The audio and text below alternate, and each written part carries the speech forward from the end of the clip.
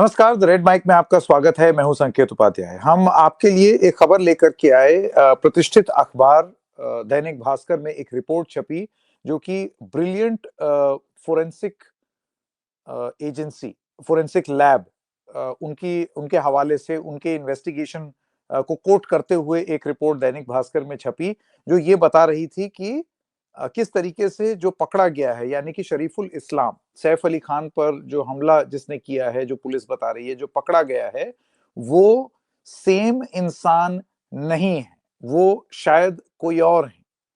आप देखिए, ये है फोरेंसिक लैब की रिपोर्ट और उस फोरेंसिक लैब के जो डायरेक्टर हैं, डॉक्टर आदर्श मिश्रा हमारे साथ हैं। जल्दी से बस एक बार एस्टैब्लिश कर दूं, जो आप स्क्रीन पर देख रहे हैं, डॉक्टर मिश्रा की जो कंपनी है उसका ये मानना है कि सीसीटीवी में जो दिख रहा है और जिसको पुलिस ने पकड़ा है, वो उनकी स्टडी के हिसाब से एक ही इंसान नहीं है।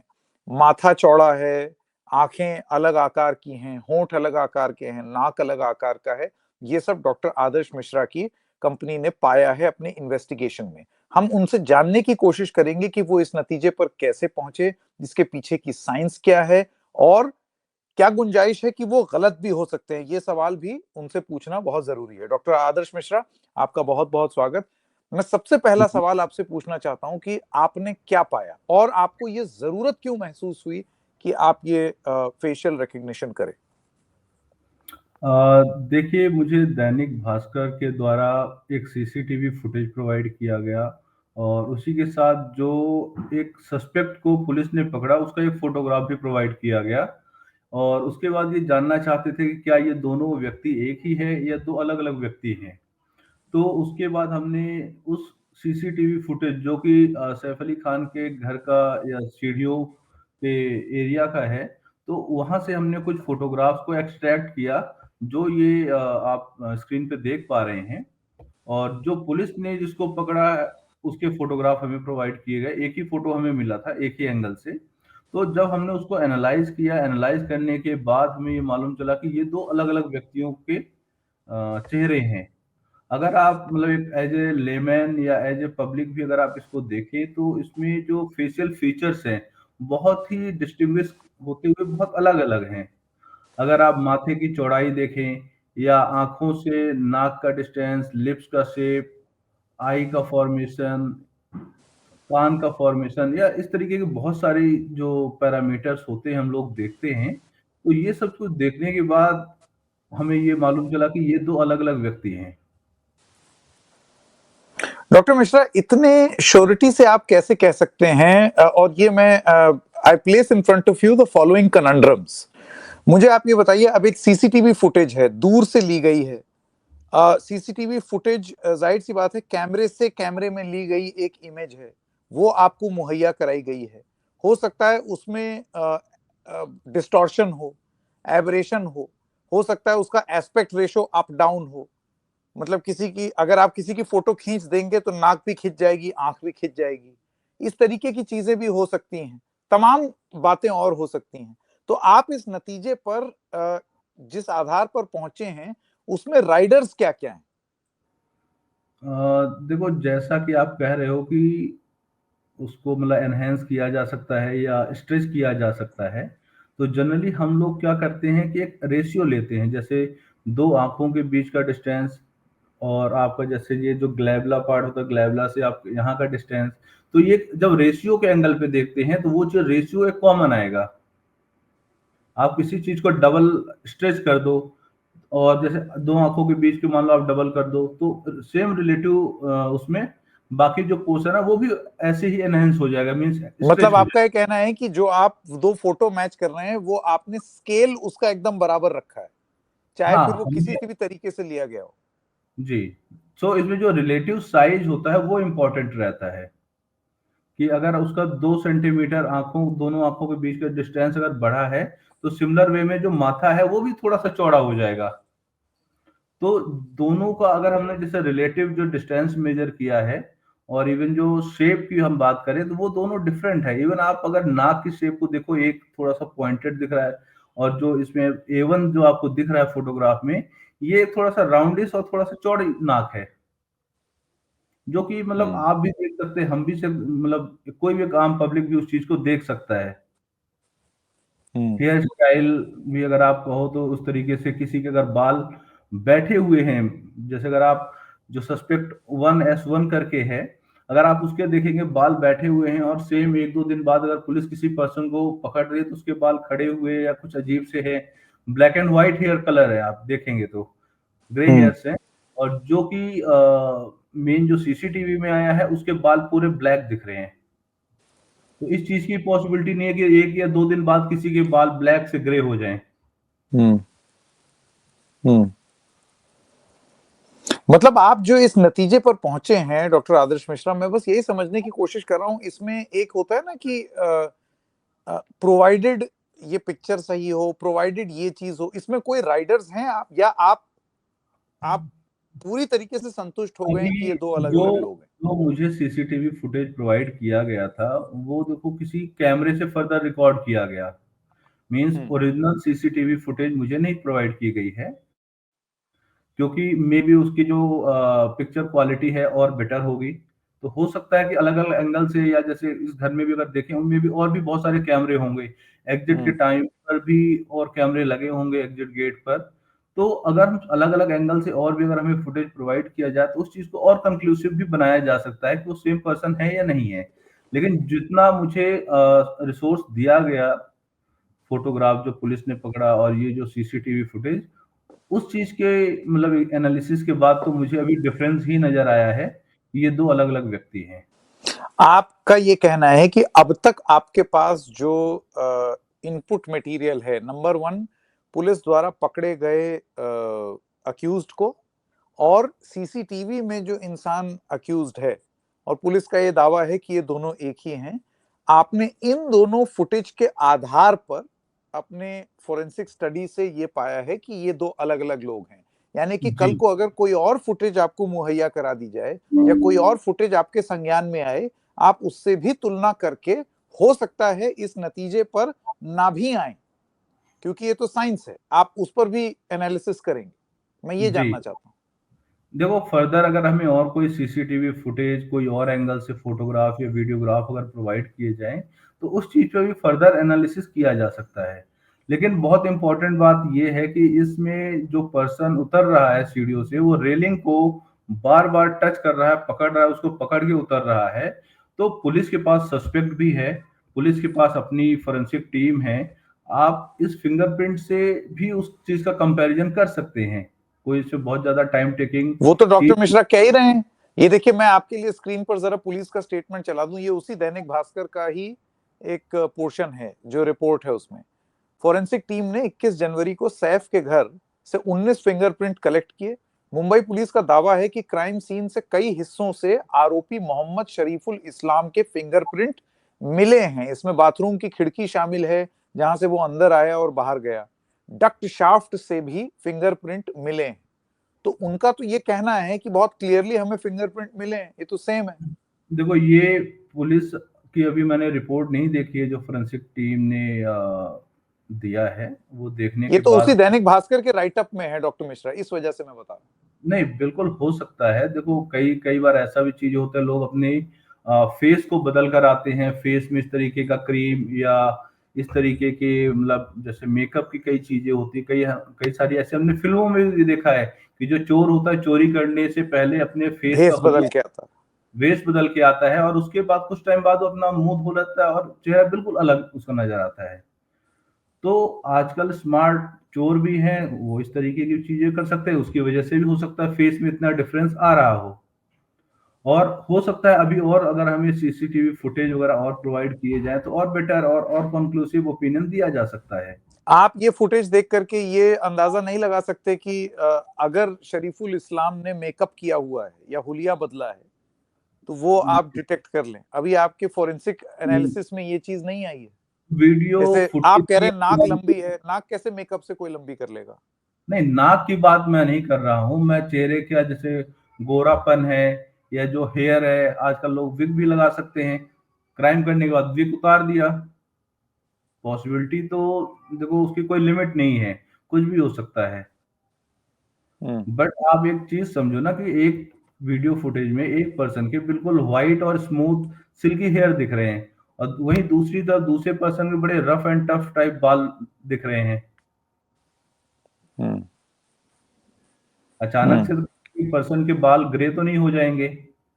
और ऐसा भी हो सकता है कि जो सस्पेक्ट पुलिस ने पकड़ा है, और ये हो सकता है कि उसका कोई साथी हो, दो लोग गए हों। अभी ये चीज तो सामने नहीं आई है, क्योंकि एक ही लाइक फुटेज में एक ही पर्सन है, लेकिन हो सकता है ये उसका साथी हो, कहीं बाहर वेट कर रहा हो।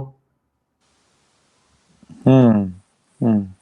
तो मैं आपकी बात से ये समझ पा रहा हूँ डॉक्टर मिश्रा कि यदि जो फुटेज आपको दी गई है वो एक ही इंसान की है, उसके आधार पर आप इस नतीजे पे पहुंचे।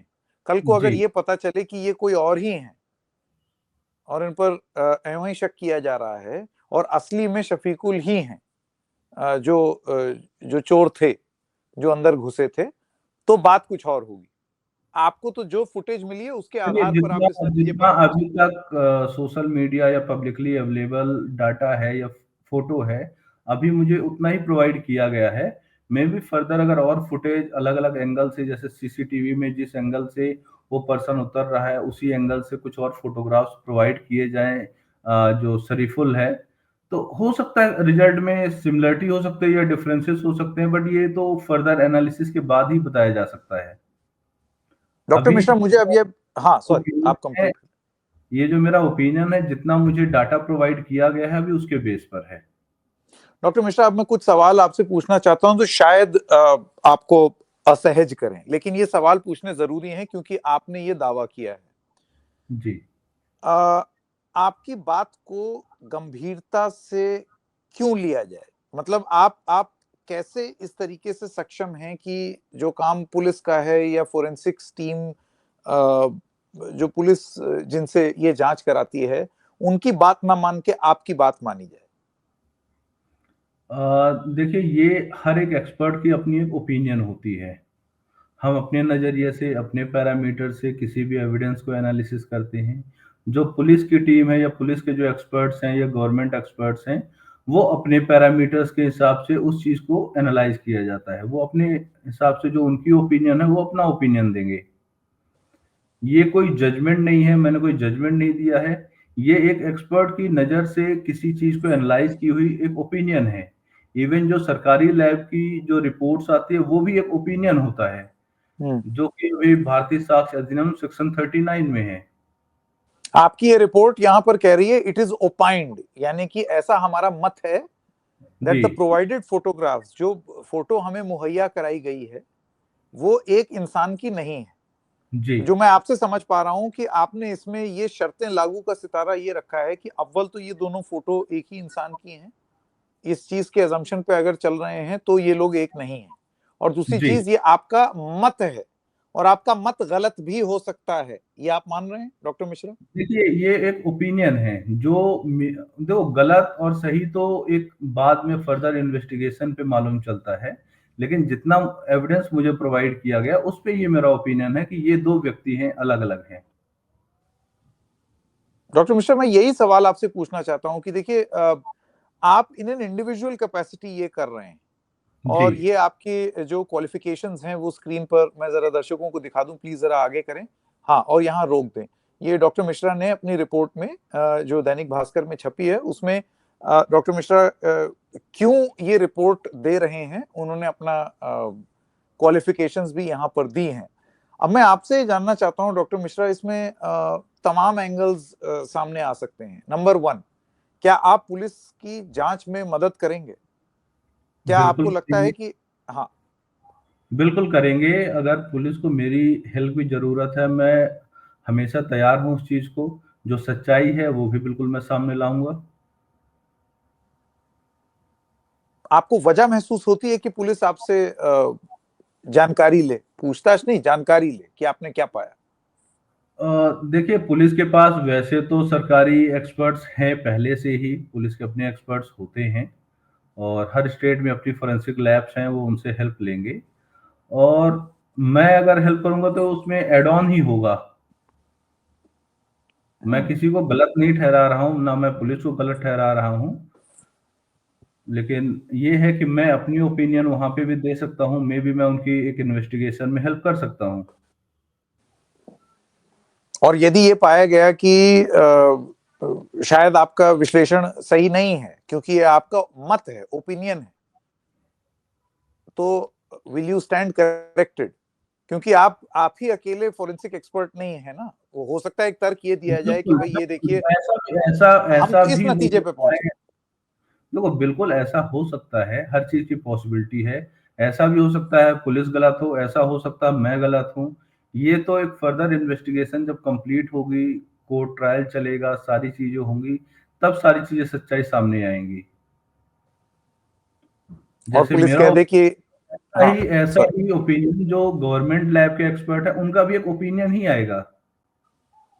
वो भी एक ओपिनियन है एक एक्सपर्ट का, जो उस फील्ड में रेगुलर काम कर रहे हैं। तो जैसे फिर तो आप भी this is your word against someone else.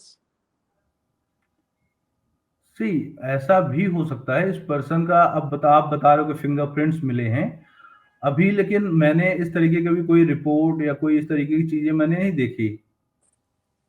हम्म। अगर वो पब्लिक डोमेन पे, पुलिस मेरे हिसाब से इतनी जल्दी तो नहीं उसको डिस्क्लोज करेगी, लेकिन उस चीज को भी देखना बनता है। कई बार ऐसा होता है कि पुलिस खुद से किसी को पकड़ कर ले आई और उसको इम्प्लांट कर दिया, कुछ भी, लाइक पॉसिबिलिटी हर एक चीज की है। हर एक केस में दो लोग लड़ते हैं, दोनों में से कोई एक सही होता है, एक गलत होता है, लेकिन इस चीज का जजमेंट तो बाद में होगा ना। हम्म।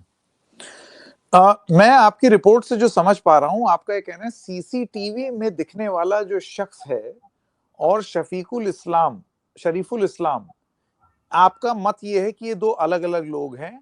अगर ऐसा दावा किया जा रहा है कि ये एक हैं, तब ये दो अलग अलग हैं। सपोज अगर ये हैं ही दो अलग अलग लोग, तब तो बात ही तब खत्म। तो बात ही खत्म है। हम्म।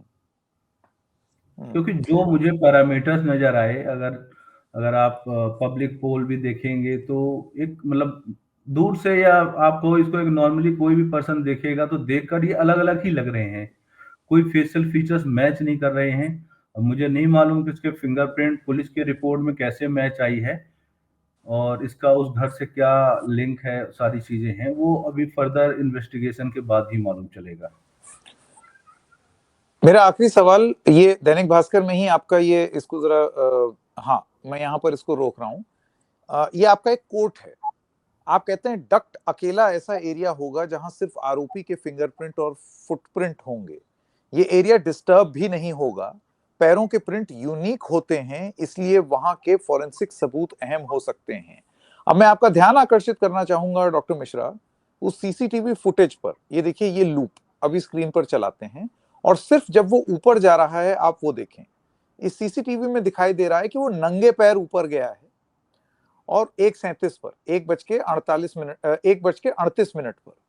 और फिर जो सीसीटीवी आती है 2:33 की, उसमें जूता पहना हुआ है। जी। यानी कि संभवतः जब वो डक्ट से चढ़ा है तो नंगे पांव होगा। ऐसे में आप क्यों मानते हैं कि फुटप्रिंट यूनिक होगा और हैंड नहीं, हैंड प्रिंट से ज्यादा? हाँ। मैंने मैंने फिंगरप्रिंट के लिए बताया था कि फिंगरप्रिंट यूनिक होते हैं। जैसे आप इस फुटेज में अगर देखेंगे तो हम्म। ये रेलिंग को बार बार टच करके ऊपर चढ़ भी रहा है और नीचे उतर भी रहा है। हम्म। तो फिंगरप्रिंट यहाँ पे जो टच होगा, ये इन फिंगरप्रिंट्स के लिए मैंने बोला था, ये एक यूनिक फिंगरप्रिंट्स हैं, और जिससे 100% आइडेंटिफिकेशन पॉसिबल है। ये आप देखिए, जो रेलिंग टच कर रहा है उसके फिंगरप्रिंट्स यहाँ आ चुके हैं। अब सिर्फ उसको डेवलप करना है, और उसके बाद जो भी सस्पेक्ट है, तो उससे उसका कंपैरिजन होके ये आ जाएगा कि ये वही पर्सन है या नहीं है जो सीसीटीवी फुटेज में है। फिंगरप्रिंट साइंस एक 100% साइंस है। नहीं, तो आपका ये जो कोट है दैनिक भास्कर में, जो फिंगरप्रिंट के साथ साथ, देखिए मैं इसको रोकूंगा जरा यहां, ये फुटप्रिंट की भी बात कर रहा है कि पैरों के प्रिंट यूनिक होते हैं। आप सिर्फ हाथ की बात नहीं कर रहे हैं इस आर्टिकल में, यहां पर आप पैरों के प्रिंट की भी बात कर रहे हैं। ये मैंने अमूमन कभी देखा नहीं है। लोग फिंगरप्रिंट की बात करते हैं, पैरों के प्रिंट मैंने आज तक कभी सुना नहीं। हो सकता है ये मेरी अज्ञानता हो। जी, ये मैं बता रहा हूँ, पैरों के भी जो टो वाला एरिया होता है उसमें भी फिंगर, जैसे फिंगर में प्रिंट होते हैं, ऐसे आपके हम्म। टो के प्रिंट्स होते हैं, सिमिलर तरीके के। वहाँ भी पैटर्न बने होते हैं, जो भी आर्च, वर्ड, लूप, अलग-अलग पैटर्न के फिंगरप्रिंट्स होते हैं, वहाँ भी बने होते हैं। अब वो डक्ट में किस तरीके से चढ़ा, अब डक्ट में जब चढ़ा तो हो सकता है उसके शू प्रिंट्स भी हों, या हो सकता है उसके फुटप्रिंट्स हों, और अमूमन ये भी है कि जो हाथ से डक्ट को पकड़ेगा तो फिंगरप्रिंट्स तो होंगे ही होंगे, और वहाँ पे हर कोई तो चढ़ेगा नहीं, तो उसके फिंगरप्रिंट के होने के सबसे ज़्यादा चांसेस वहाँ पर है। अब उसमें एक एंगल ये भी होता है कि भाई वो जो डक्ट है वो कितना स्मूथ है। कई बार होता है बहुत गंदा डक्ट होता है या स्मूथ सरफेस नहीं होता, तो उसमें प्रिंट नहीं आते। हम्म। जो इन्होंने रेलिंग को टच किया है, रेलिंग में तो 100%, क्योंकि बहुत ही स्मूथ रेलिंग है ये, हम्म। उसमें 100% फिंगरप्रिंट आने चाहिए। और ये अब आप रिपोर्ट में बता भी रहे हैं कि वहाँ से फिंगरप्रिंट डेवलप होके मैच भी हो चुके हैं।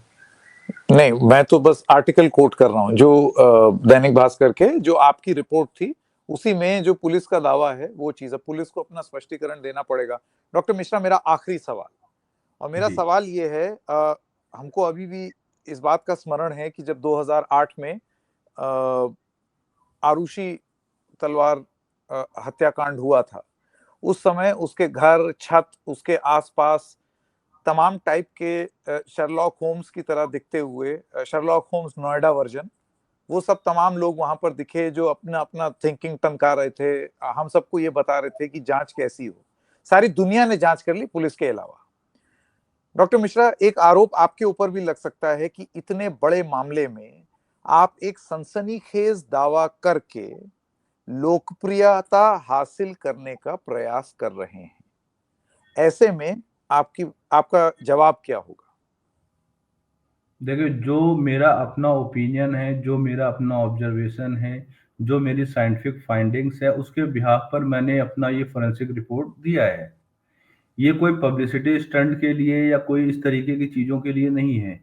अगर मैंने अपनी रिपोर्ट दी है, प्राइवेट रिपोर्ट दी है, तो उसमें मैंने अपनी रीजनिंग्स, अपनी फाइंडिंग्स भी दी है। ऐसा नहीं है कि मैंने सीधे कोई रिजल्ट दे दिया है। हम्म। जो भी मैंने हम्म। बात बोली उसके एक लॉजिक या उसके जो पॉइंट्स हैं वो मैंने साथ में दिए हुए हैं, जो कि एक डिटेल्ड रिपोर्ट है। जी। डॉक्टर मिश्रा, बहुत बहुत धन्यवाद हमारे साथ जुड़ने के लिए। Thank you very much.